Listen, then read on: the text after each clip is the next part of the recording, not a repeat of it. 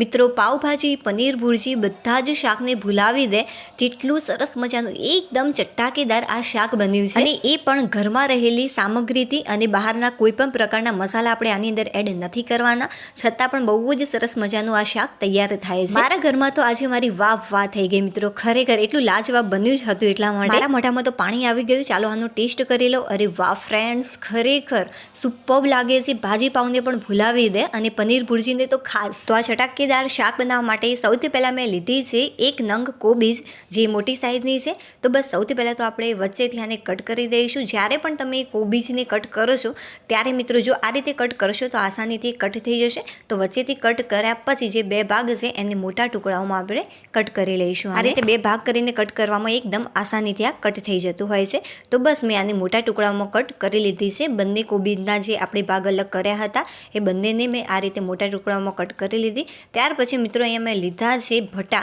ભટા વગર પણ તમે તૈયાર કરી શકો છો. જો ભટા તમને પસંદ ન હોય તો બે નાની સાઈઝના મેં ભટા લીધા છે અત્યારે. તો આને પણ આપણે મોટા ટુકડાઓમાં કટ કરી લઈશું. બધું જ શાકભાજી મેં સારી રીતે કટ કરી લીધું છે. અત્યારે હું બહુ જ બધી ક્વોન્ટિટીમાં રેસીપી તૈયાર કરી રહી છું, એટલા માટે થાળી ભરીને મેં આને કટ કર્યું છે. હવે કોઈ પણ આપણે આ ટાઈપનું કાણાવાળું વાસણ લઈશું. જો કાણાવાળું વાસણ ન હોય તો તમે આ ટાઈપની પ્લેટનો પણ ઉપયોગ કરી શકો છો. આને તેલથી ગ્રીસ કરવાની બિલકુલ પણ જરૂરિયાત નથી. હવે કોઈ પણ એક નાની સાઈઝની વાટકી લઈ લઈશું અને આની અંદર થોડાક વટાણા એડ કરીશું. તો અડધી વાટકી જેટલા મેં અત્યારે વટાણા લીધા છે, એને આપણે આ રીતે સેન્ટરમાં મૂકી દઈશું. અને ત્યાર પછી જે મોટા ટુકડાઓમાં કટ કર્યું હતું શાકભાજી એ સાઈડમાં આ રીતે ગોઠવી દઈશું. પાણી મિત્રો સારી રીતે ઉકળવા લાગ્યું છે. ત્યાર પછી જે આપણે શાકભાજી કટ કર્યું છે અને વટાણા છે એને આની અંદર મૂકી અને ઢાંકી અને થોડીક વાર માટે કૂક કરી લઈશું. વધારે નહીં, 5 થી 7 મિનિટ માટે. જ્યારે પણ મિત્રો તમે શાકભાજીને કૂક કરો છો, મતલબ કે બાફો છો, ત્યારે બને ત્યાં સુધી કુકરની અંદર પાણી એડ કરીને નહીં બાફવાના, આ રીતે બાફવાના, કેમ કે આમ કરવાથી એના પોષક તત્વો જળવાઈ રહેતા હોય છે, એટલા માટે. હવે બે મોટી સાઈઝના ટામેટા અને એક નંગ જેટલી ડુંગળી મેં લીધી છે, આને મોટા ટુકડાઓમાં કટ કરી લીધી.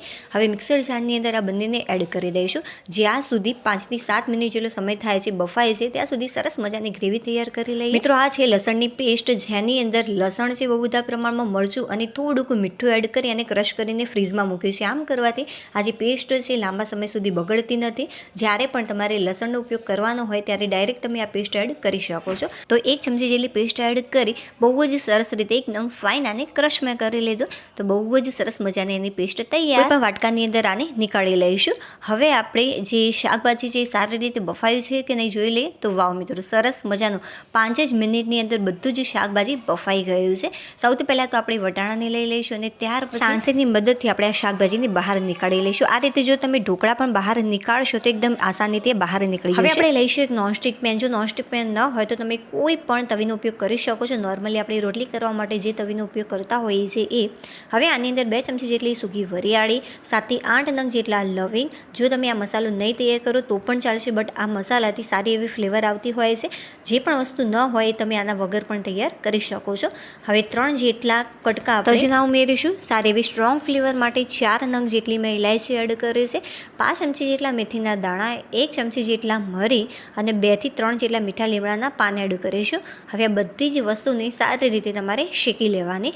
થોડીક આની કચાશ દૂર થાય ત્યાં સુધી આપણે ફાસ્ટ ફ્લેમ ઉપર આને શેકી લઈશું. આમાંથી કોઈ પણ વસ્તુ ન હોય તો તમે સ્કીપ કરી શકો છો.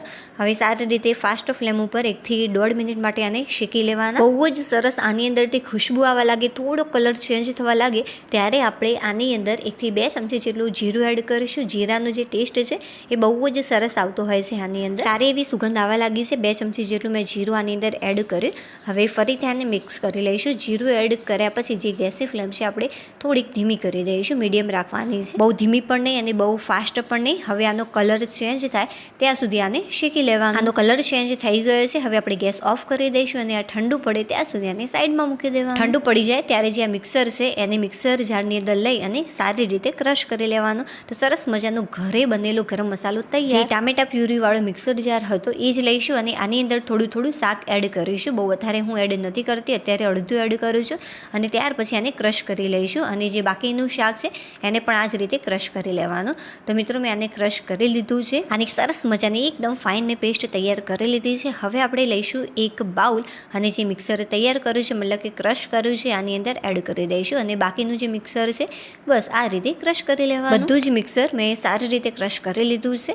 જે આ આપણે ગરમ મસાલો તૈયાર કરવાનું મિક્સર છે એ પણ ઠંડુ થઈ ગયું છે અને મેં આને ક્રશ પણ કરી લીધું મિક્સર જારની અંદર. તો સરસ મજાનું ઘરે આ ગરમ મસાલો તૈયાર થઈ ગયો. તમે વધારે ક્વોન્ટિટીમાં પણ બનાવી શકો છો અને કોઈ પણ દાળ શાકમાં એડ કરશો તો એનો જે સ્વાદ છે એ બમણો કરી દેશે. હવે આપણે લઈશું એક કડાઈ અને કડાઈની અંદર સારા એવા પ્રમાણમાં તેલ એડ કરવાનું. મિત્રો જો તેલ સારા એવા પ્રમાણમાં એડ કરેલું હશે તો પાણીની બિલકુલ પણ જરૂરિયાત નહીં રહે અને બીજા દિવસે તમારે ફ્રીજમાં મૂકીને ખાવું હશે તો પણ તમે આને ખાઈ શકશો. 10 ચમચી જેટલું મોટી ચમચી ભરીને મેં તેલ એડ કર્યું છે. તેલ થોડું ગરમ થાય ત્યારે આપણી રાઈની જગ્યાએ થોડુંક જીરું એડ કરીશું, અડધી ચમચી જેટલું, અને અડધી ચમચી જેટલી હિંગ એડ કરી જે ટામેટાની પ્યુરી આપણે તૈયાર કરી છે એ થોડીક એડ કરી અને આ રીતે ઢાંકી દેવાનું કે જેથી સરસ મજાનો વઘાર બેસી જાય આની અંદર અને બહુ જ સરસ આની સુગંધ અને સ્વાદ બમણા થાય. તેલ થોડું ગરમ થાય, જીરું ફૂટે, આપણે હિંગ એડ કરી એના પછી તરત જ જે ગેસની ફ્લેમ છે એકદમ ધીમી કરી અને ત્યાર પછી જ્યારે પેસ્ટ એડ કરવાની. હવે બધી જ પ્યુરી મેં આની અંદર એડ કરી દીધી છે. સારી રીતે એકવાર મિક્સ કરી લઈશું. એકવાર મિક્સ કર્યા પછી જે ગેસની ફ્લેમ છે ફરીથી તમારે ફાસ્ટ કરી દેવાની. હવે ફાસ્ટ ફ્લેમ ઉપર તેલ છૂટું પડે ત્યાં સુધી આને કૂક કરવાનું કે જેથી જે આ પેસ્ટ છે બિલકુલ પણ કાચી ન લાગે, કેમ કે ટામેટાને આપણે બિલકુલ પણ બાફ્યા નથી એટલા માટે બિલકુલ પણ આની કચાશ ન રહે એ રીતે આને કૂક કરવાનું.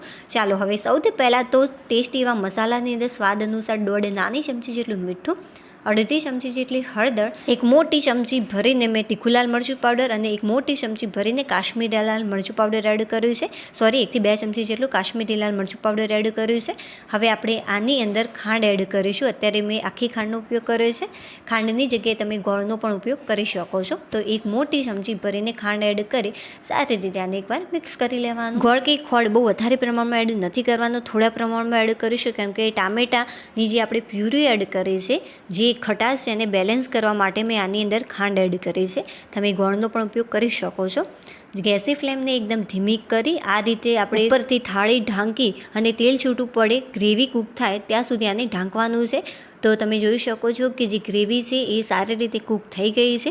તો આને કૂક થતાં 1.5 મિનિટ જેટલો સમય લાગતો હોય છે. આની ફ્લેવર સારી એવી લાગે એટલા માટે મિત્રો આની અંદર મેં એડ કર્યો છે ધાણા પાવડર. ધાણા પાવડરથી બહુ જ સરસ આનો ટેસ્ટ આવતો હોય છે.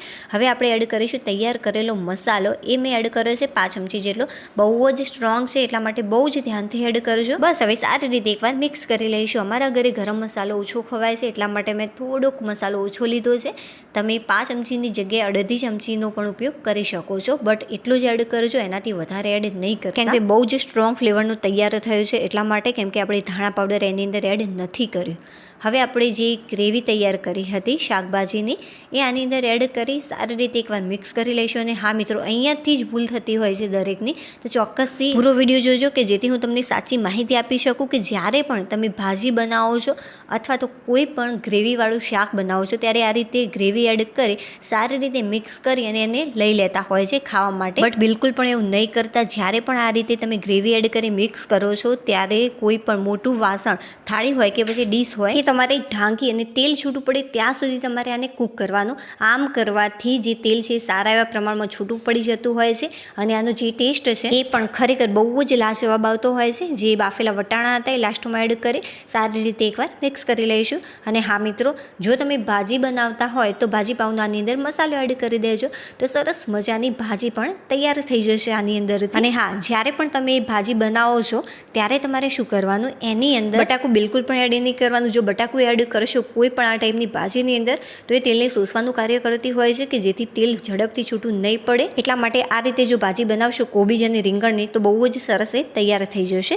જે ગેસની ફ્લેમ છે મીડિયમ રાખી અને મેં આ રીતે તેલને છૂટું પાડી દીધું છે અને હજુ પણ આપણે આને કૂક કરીશું કે જેથી વધારે પ્રમાણમાં તેલ છૂટું પડે. વચ્ચે વચ્ચે આને મિક્સ કરતા રહેવાનું કે જેથી નીચેથી આ ચીપકીને સારું એવું તેલ આની અંદર છૂટું પડી ગયું છે. હવે આપણે કોથમીરને વોશ કરી અને આની અંદર એડ કરી દઈશું. તો 3 થી 4 ચમચી જેટલી મેં આની અંદર કોથમીર એડ કરી છે. ફરીથી આને મિક્સ કરી લેવાનું અને મિક્સ કર્યા પછી જે તેલ હશે એ તમને ઓછું દેખાશે, કેમ કે જે તેલ આપણે જે છૂટું પાડ્યું છે ભાજીની અંદર મિક્સ થઈ જતું હોય છે એટલા માટે. તો ફરીથી આપણે ગેસ ચાલુ રાખીને તેલ છૂટું પડે ત્યાં સુધી આને કૂક કરવાનું. હવે લાસ્ટમાં એક એવી વસ્તુ એડ કરવાની છે કે જેથી જે આનો ટેસ્ટ છે એ બમણો થઈ જશે. તો 1 થી 2 ચમચી ભરીને આપણે ઘી એડ કરીશું. હા મિત્રો, ઘી ચોક્કસથી એડ કરજો. જો યોગ્ય પ્રમાણમાં ઘી ખાવામાં આવે તો એ શરીર માટે ફાયદાકારક જ છે, કેમ કે તેલ કરતાં ઘી વધારે ફાયદાકારક ગણાતું હોય છે. સારી રીતે એકવાર આને મિક્સ કરી લઈશું અને ત્યાર પછી આ તેલ છૂટું પડે ત્યાં સુધી આપણે આને કૂક કરીશું. અને હા મિત્રો, મને થોડો કલર ડીમ લાગ્યો એટલા માટે મેં ફરીથી કાશ્મીરી લાલ મરચું પાવડર એડ કર્યું, કેમ કે મારે થોડોક ડાર્ક કલર જોઈએ છે એટલા માટે. તો 1 ચમચી ભરીને મેં કાશ્મીરી લાલ મરચું પાવડર એડ કર્યું અને ફરીથી આને મિક્સ કરી લઉં છું. ચાલો, તૈયાર થયેલી ભાજીનું સૂર્યપ્રકાશમાં હું તમને રિઝલ્ટ બતાવું. અરે વાહ ફ્રેન્ડ્સ, ખરેખર બહુ જ સરસ મજાની કોબીજની ભાજી આને તમે કહી શકો છો તૈયાર છે. મિત્રો, વિડીયો પસંદ આવે તો પ્લીઝ વિડીયોને લાઇક કરી દેજો. ચેનલ પર નવા હોય તો ચેનલને સબસ્ક્રાઈબ કરવાનું બિલકુલ પણ ભૂલતા નહીં. હવે આપણે ફરીથી મળીશું એક નવી રેસીપી સાથે. ત્યાં સુધી બાય.